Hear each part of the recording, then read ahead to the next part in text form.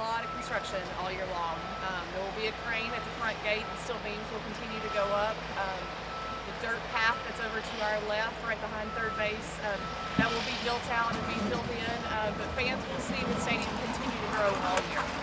There could be some game days that at noon they're still out here, if we're going to open gates at 3 o'clock like we are on Friday, but we'll make it good for the fans, we'll get our teams in here, but we are going to be working pretty much around the clock when baseball is not being played.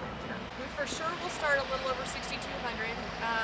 You'll see the concourses are wider than they were last year, so we hope to be able to grow that with some standing room, but we'll for sure be over 6,200.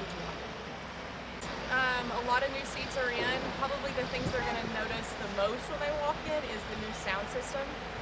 The clarity of sound and I promise it will be a different experience from the sound perspective this year than it has been in years past. All new lights will go in before next year. We'll be able to do a little more with them. They'll be LED lights, but for this year they'll be the same lights that we had last year.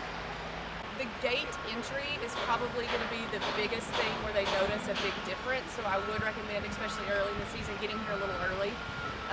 There's smaller pathways, there's smaller gates, but when they walk in, they'll see they've got steel beams over their head, there's construction going on, so just be flexible and maybe allow a little extra time, especially early in the year. Once they see it a few times, I think they'll get used to it. Things could change a little bit as the year goes on and construction continues to progress. We might be able to open up more gates, we might be able to create a few more entry and exit points, but to start with, just be flexible with what we got going on over here. New restrooms right behind home plate on the main concourse. They have been renovated.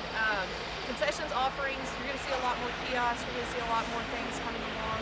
Down the right field line, hopefully by the middle of SEC play, we should have a new market go in, and we'll put a few of those in Lindsey Nelson Stadium.